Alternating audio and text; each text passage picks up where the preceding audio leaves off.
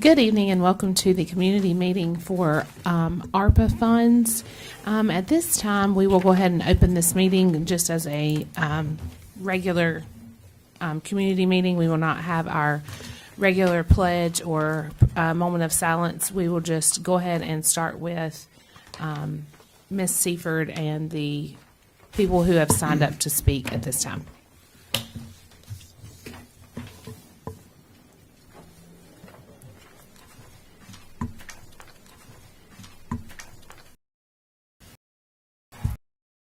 That's for the community meeting. Okay. Yep. Yes. All right.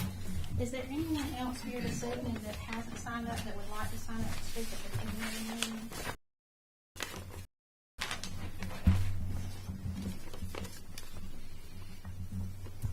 Thank you. Is there anyone else that needs to for this part of the meeting? About my class, I'll tell you about it later. Don't worry about it. I'll tell you later. Did you pass? I hope so. You got one, Ms. Cherry? Thank you. Would you like We one? don't have an agenda for that. Okay. And I will go ahead and sign up. There is. Because you never know what. You might decide you want to talk. That's right. Here, first.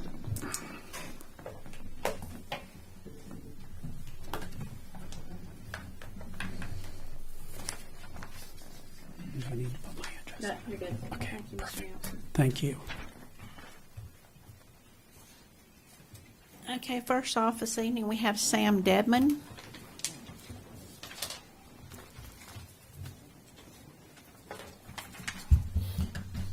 Good afternoon, everyone.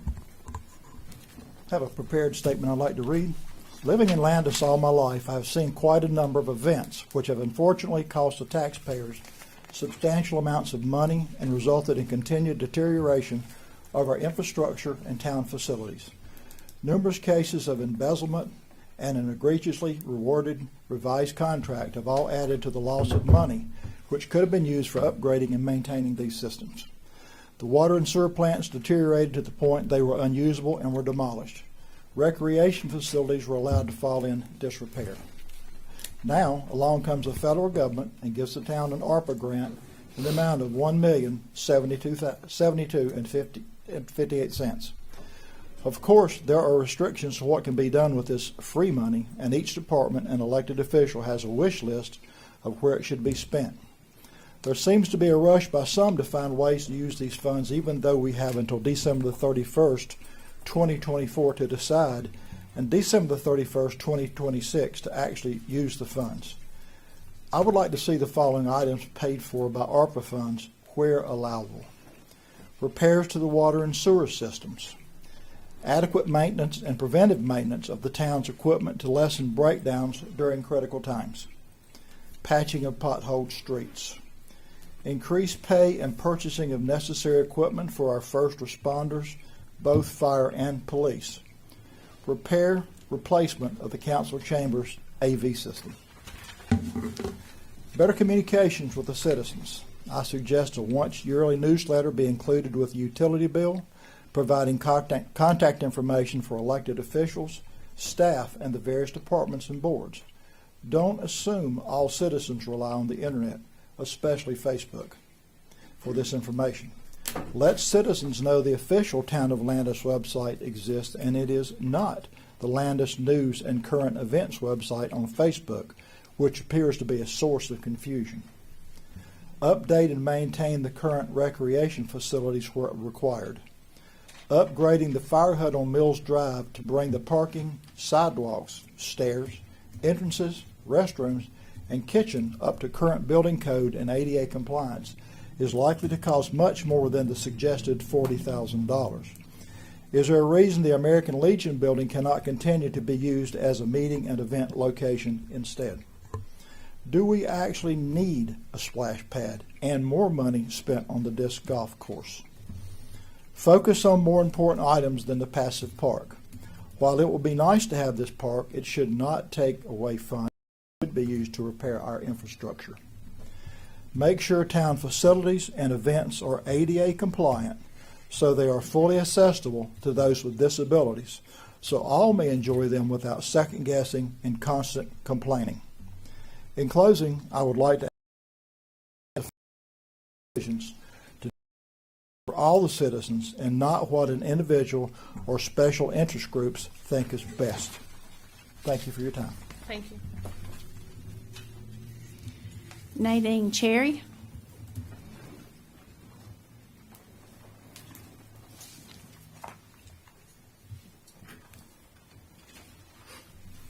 I don't believe this is going to work with it turned up, the microphone. Then turn it around.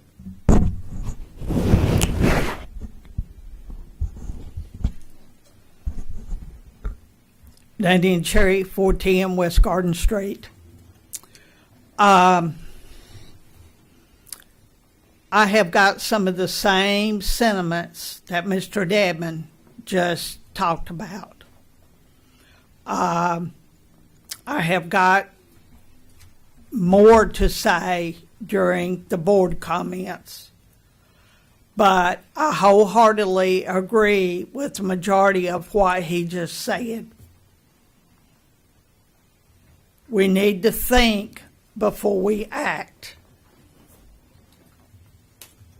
And there's just too much money that goes for this, that, and the other. And I know there's restrictions on the use of some of this money.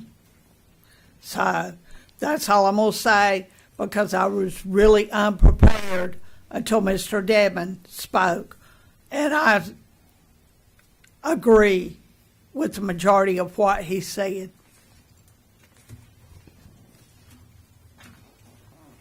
Catherine Drum. Catherine Drum, 408 West Ridge Avenue.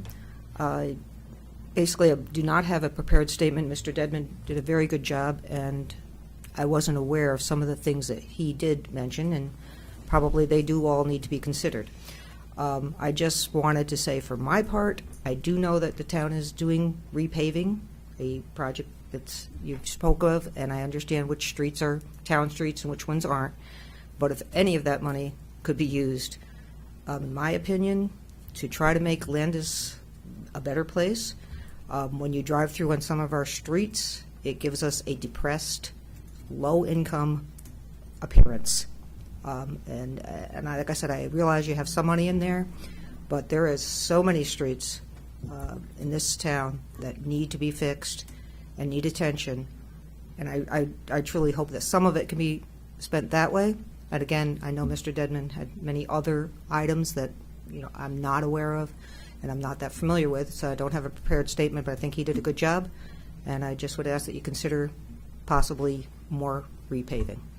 Mr. If you don't mind, before you leave, and since this is the purpose of this meeting is to court the response, desires, requests of the citizens at large, and several of you are here. Could you? I know you didn't come with a prepared statement, and that's right. Perfectly fine. And actually, that engages some dialogue that I think is proper for this setting. Can you elaborate on your comment of the impression of Landis?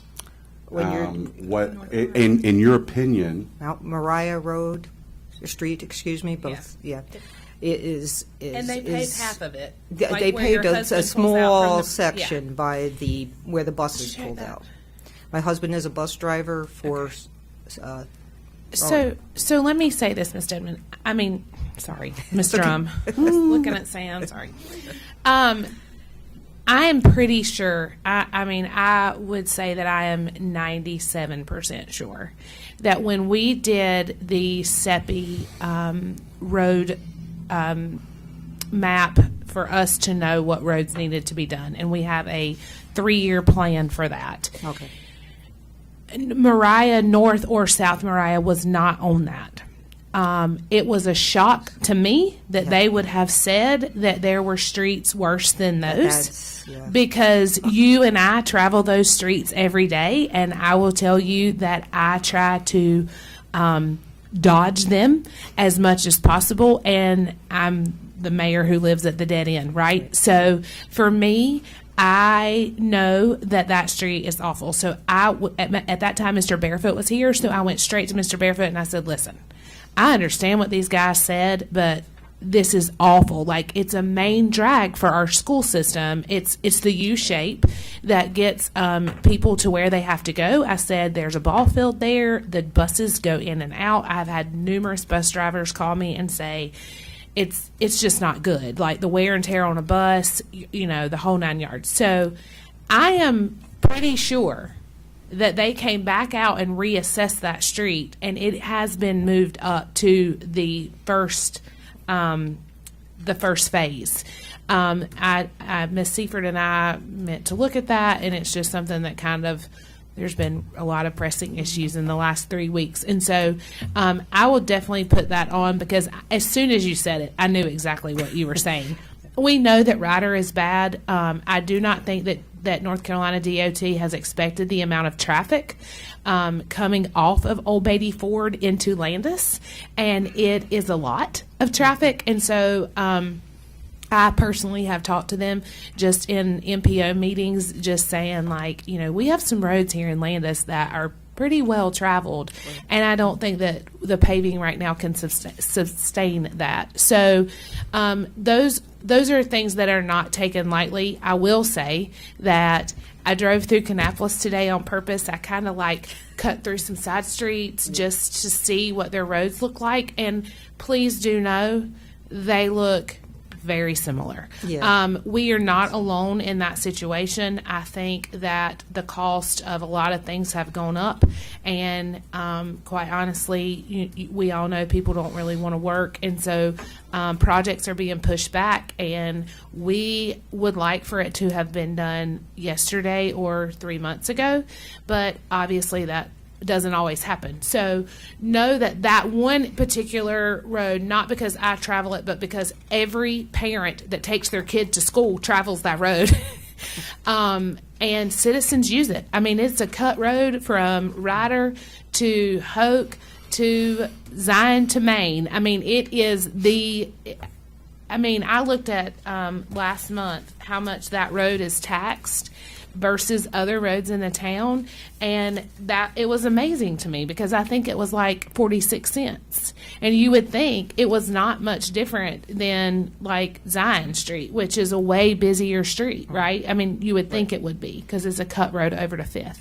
So know that is something we are looking at. Okay. Like I said, it did, and that's not just Mount Moriah. There's multiple. You're like right. I said, my husband was going to come, but he drives bus, and he has for the past 3 years. Right. And he's been on, he's had different route each year. So And he's been in the Kannapolis streets. Right. He's been on the west side, the east side of Yeah. town. He now is more on the west side. Yeah, I see him walk And they're on not pretty good. days. He Yeah, knows. they're not good, and I'm not trying to just pick on. I mean, you're right. Kannapolis isn't much better. No. It's kind of funny when you drive out of town and you cross the line from Rowan County into Airedale. I'm sure you've all yes. seen it. Improvement. Yes. I mean, they have more money. Yeah. I get it. Yeah. But like I said, when people do come into the town, we've had relatives from out of state visit, and it's sort of like, which way are they coming through town? Yeah. And I'm kind of like, please don't take that route, because you're going to wonder Come where we moved. to come around the world. Yeah, but I do. I have. Yeah, and I have had one of the principals say something to me about it, because she's like, that is where everybody, they ride bus, like they come to the events right there, and different things. So Like I said, and I know there's other issues but if we have that much time to consider all the things that need to be done, then obviously let's do our due diligence and not jump into right. spending No, it. we appreciate it. I know. Thank you. I know that we added Mount Moriah. I don't know why it wasn't North on the and list. south. Okay. It's only because they came back and did another study on that road, and that's but we why. had asked them to include it, but I Yeah, don't know why I it don't- wasn't on the last list I got. So I'll call Yeah. and make sure that because it definitely needs to be. it should on be there. included and that we Yeah, can get for it sure. added. Okay, who is our next citizen? Mike Nelson.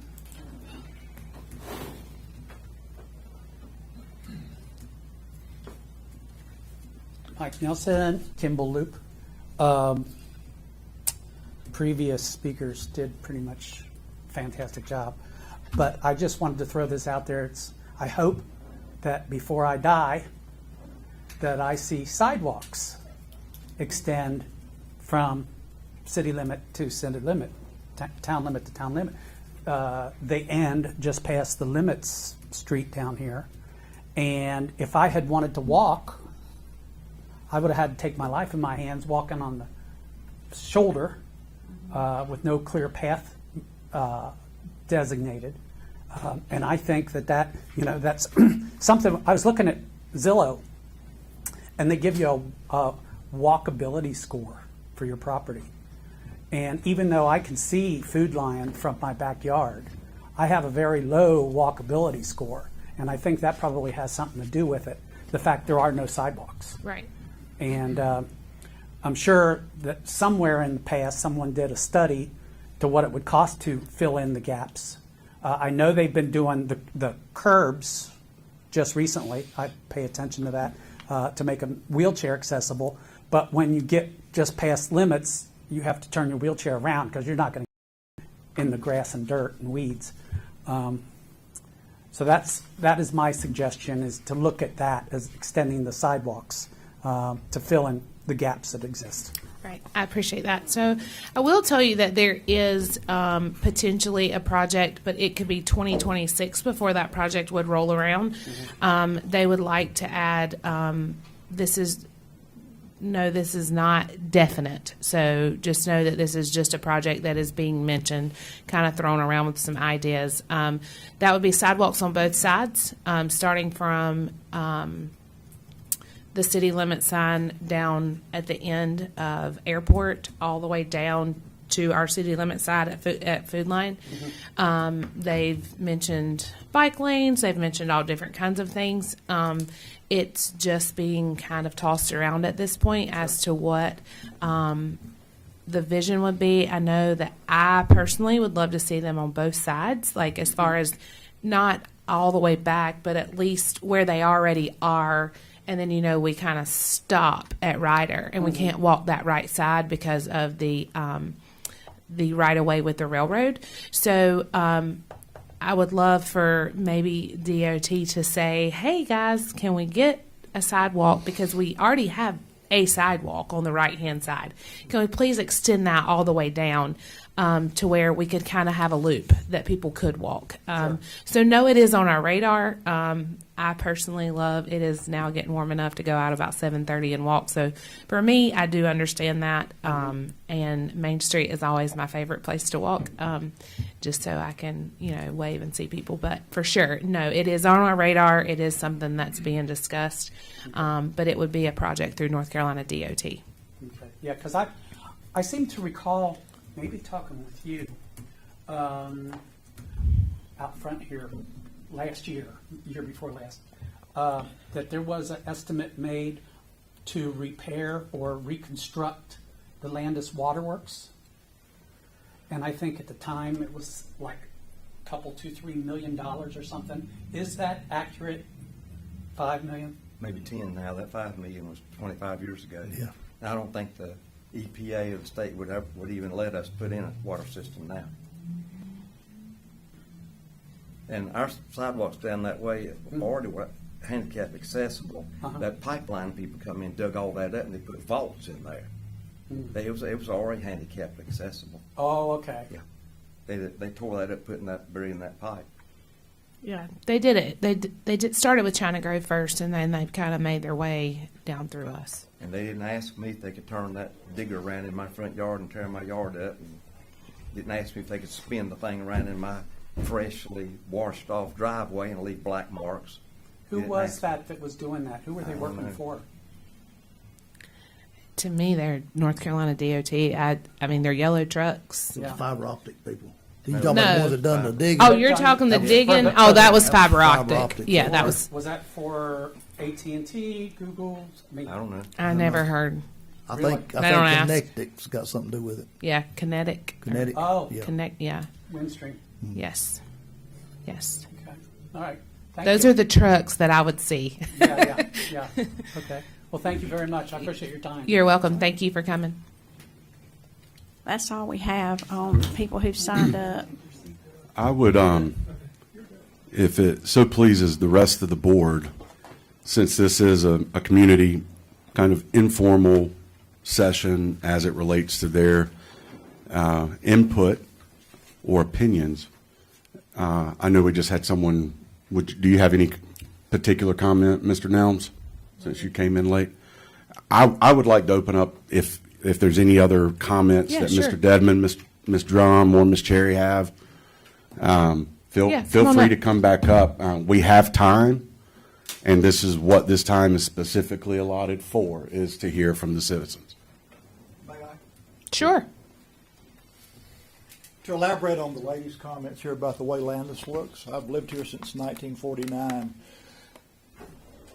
To elaborate on the way the Landis looks that this lady was talking about, I've lived here since 1949. I have a big history of my family being employed by the town of Landis, fire chief, et cetera, et cetera. I have talked to Ashley, I've spoken to Meredith, and also spoken to Diane, and I realize these things happened before you guys came in office, so this is not something that's happened overnight. I know you're working on it, but it sure would be nice to see the derelict vehicles, the derelict trailers on Ryder Avenue, the trash and debris piled up behind the house at the power line going down towards Food Line on the right. Number of places. Call the county. It's not us. I thought it was in city limits. No. Is it not? Okay. No, but Okay. I Yeah. get that one a Yeah. lot, so I've made sure to like Okay. But look there's it a up. lot, there's a lot of things in this town that are nothing but eyesores. Daryl and I worked together in Kannapolis on the city of Kannapolis and worked on the research campus. And I had more than one person ask me, what in the world is wrong with Landis? Why don't they clean up this mess? And my comment was, you know, the mess has been a mess for a lot of years, and things don't happen overnight. And I know Diane has talked to me about some things that were happening. But anything that can be done to clean up some of this mess around here, the burned-out house in particular that's been there for umpteen years, things like that, across the railroad tracks, would be greatly appreciated and would certainly make Landis look like a more attractive place to live. Mr. Dedman, thank you very much. Thank you. I'll probably preface this by saying that code enforcement and those efforts will probably be dealt with in other areas of the budget versus ARPA. I'm not sure if that would fall into the purview of what ARPA monies can be used for. However, that is a very big item of mine personally, and thank you for your comments.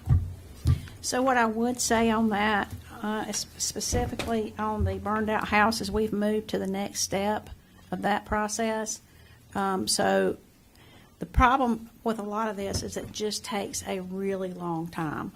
A lot of paperwork. A lot of paperwork and a lot of hearings and a lot of things that happen outside of these meetings with our code enforcement officer to make sure that we follow the letter of the law. And while some people, he said to me one day, which I really had to think about and gather some appreciation for, we all live differently, but until what we are doing infringes on someone else, we don't have a right to impose our way of life on someone else unless it's specifically against our code. So if we know that something's going on inside of a home, we can't necessarily require that be corrected until it becomes a health hazard to someone else. It's very similar on the exterior. That's a little bit different because we have ordinances that address that directly. But it does mean that we have to give those people every opportunity to make a change. And lots of times what we'll see happen is a change happens for 2 or 3 months and then it falls back on our list again and we have to go through the whole process again. So a lot of it is going to be an ongoing thing that I wish we could change, but I think some of it is just the nature of the beast and the nature of code enforcement. We do have a number of properties that happen to be on main thoroughfares coming through town, and I'm aware of those. It's just a process to go back. I know 1 or 2 of them that I saw this morning coming in, and I think we've addressed once or twice, and now we've got to go back again. So it just we are working it, but it It's a process. And it takes things that we can enforce it, but then we can't make it not get that way again and then have to enforce it again. So it's constant, and we only get a couple of months of relief before we're back on the list with some of the same residences again. A lot of those people are on a fixed income, a social security check, that's all they've got. They cannot do any better than they're doing. So I've told some people, I said, what do you suggest then?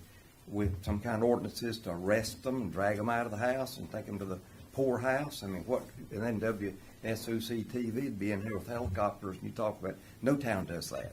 I can take you all over Kannapolis. There's places all over Kannapolis. They'll never, ever, ever be able to get it up to what some people think it should be. It just ain't going to happen. The best effort is all you can do. Yeah, we just stay after it, and hopefully we're going to make some progress. I think we have made some in some yeah. areas. Any other comments from the folks that we have here? We'd really love to have your feedback. I thought I saw someone doing some work at that burned out house a couple months ago. They had a trailer there and it looked like they were tearing down. Can stuff. you come to the podium and talk? I'm sorry. Sure. I was just talking about the burned out house, that I thought I saw someone there doing some work a couple of months ago for a month, but then they stopped. So I don't know if maybe that was their intent to show you some positive effort and then they stopped. Well, we are now to a point of getting bids to tear it down. That will be at a town cost, and then a lien will be put on the property. If it's not covered, we'll send a bill to the owner, but if it's not covered, then a lien will be put on the property. When did that house burn? I think it was before I got here. 5 years ago, I would say. Yeah, it was. Do you remember, Katie? It's been quite some time. I It's think been- I bought it's- my property in 2018 and it was already there. Yeah, it may have been long. I mean, with COVID, sometimes I forget that's been 2 years, but maybe it has been longer, maybe 7 or 8 years. There's a house on South Highland, been trying to get something done about it for 30 years. Wow. But when owners are out of town and in other states, they They're don't working take the on it. mail, you know. They're working on it. Finally, yeah, finally. Sit it right down here. They're working on it. They were there this weekend because I had a neighbor across the street call me, and tell me that they had people there. They actually asked if we knew who they were. Like, they were worried because they had never seen anybody there and lived there a couple of years. Thank you. You're welcome. Thank you for coming. I know, Mr. Martin, you walked in. Did you have any comments for your recommendation for ARPA funding expenditures? Well, I thoroughly want to make sure that everybody in here has ample enough opportunity in an informal setting as such to let us understand your wants, desires, what you think is most important, what you think is not important, et cetera, et cetera. Ms. Terry, do you have anything else for ARPA funds? Because when we go into the regular scheduled meeting, I don't think it's on there for ARPA. If you can, please go to the microphone.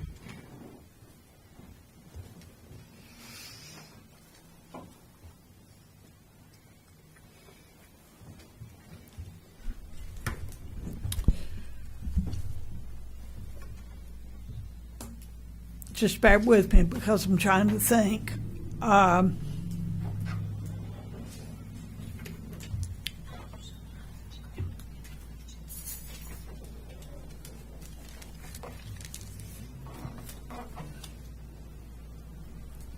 Don't know if this would apply to it or not, but what were y'all thinking about? And this may not be the right time. Over at swimming pool. You know, that whole block area. I mean, I think that, are you talking about in long terms, like 5 years, 10 years, 15 years? Or are you talking about like just with ARPA fund?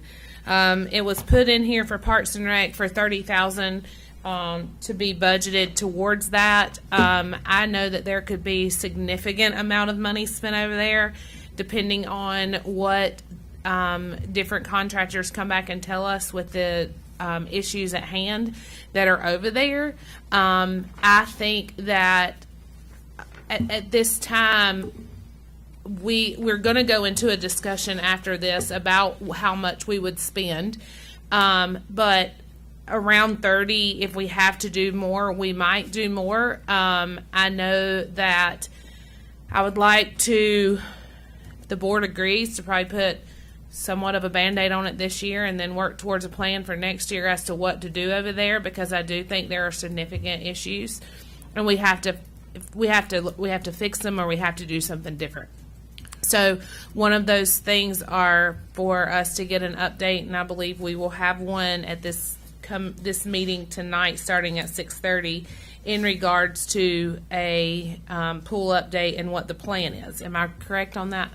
We're actually going to bring that to you next month. Oh, okay. So then that With ARPA funds, we were actually looking at, my recommendation was to spend $271,000, part of that being to get us a design for that whole block, and see what it would cost for pool repair. Then consider a splash pad and a pavilion and a playground. But that's just something to start discussion. It's not something that the board has discussed at all. It's just something that would help promote a discussion around what we wanted to do with Parks and Recreation. Well, we have had Lynn Field over there ever since it was given to the town. And, I remember playing softball over there years ago, with like late 60s, early 70s. Same thing with Courier Field, which we have nothing to do with that now. But, the activities have just really gone down. And y'all there's think people that I'm use out. those fields all the time. Those fields are rented 5 days a week right now. Are you talking about in a more organized manner, like an organized league? Is that what you would like to see, possibly? I hadn't thought about that, but like I said, I have not seen anybody over there lately. But that, I don't go over there every day, or just Sure. happen to be driving by. But like I said, I used to play softball back in the late 60s, early 70s, and after the mills were sold and everything, things changed, and then it's like softball went out. Because I remember, the fields used to be, or the parking lots used to be full and everything. And I was going to say something about Lynn Field.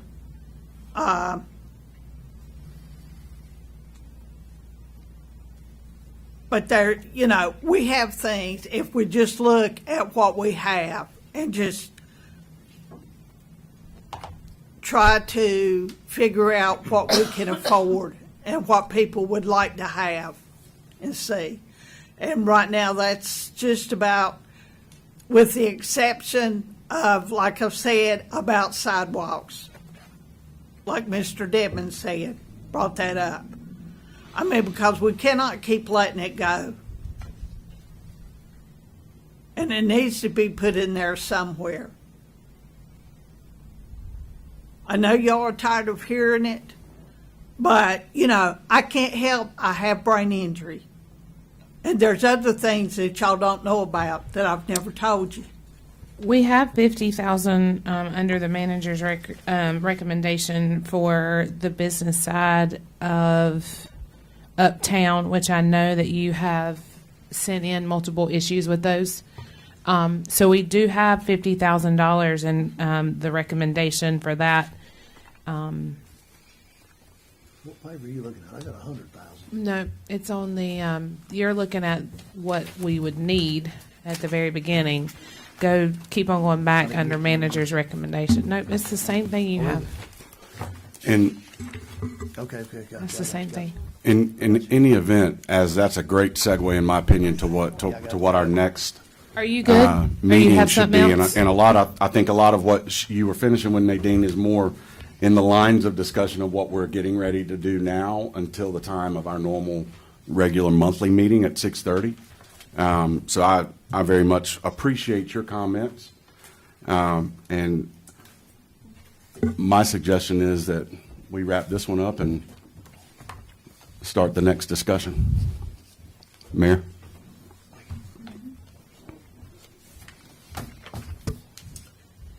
All right, at this time, we will go ahead and close the community hearing or the community open meeting for citizens, and we will move on to an open discussion.